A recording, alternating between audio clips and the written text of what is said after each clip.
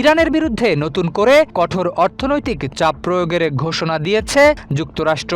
তেহরানের বিশ্বব্যাপী আর্থিক স্বার্থকে লক্ষ্য করে এই অভিযান চালানো হবে বলে জানিয়েছেন মার্কিন অর্থমন্ত্রী স্কট বেসেন্ট।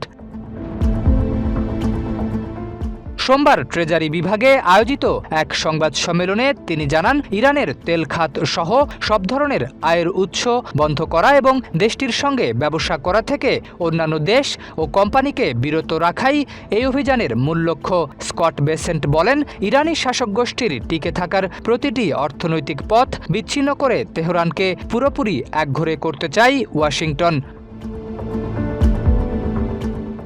ইরানের সঙ্গে তেল কেনাবেচা ও ব্যবসা চালিয়ে যাওয়া দেশ ও প্রতিষ্ঠানগুলোকেও সতর্ক করে তিনি বলেন, তাদের যুক্তরাষ্ট্র ও ইরানের মধ্যে যে কোনো এক পক্ষকে বেছে নিতে হবে।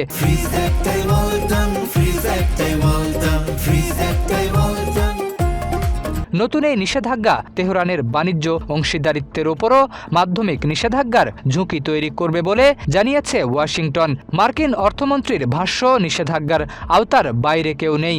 ইরানি তেলকে অর্থে রূপান্তরের প্রক্রিয়ায় সহায়তাকারী যে কোনো দেশ বা প্রতিষ্ঠানকে টার্গেট করা হবে।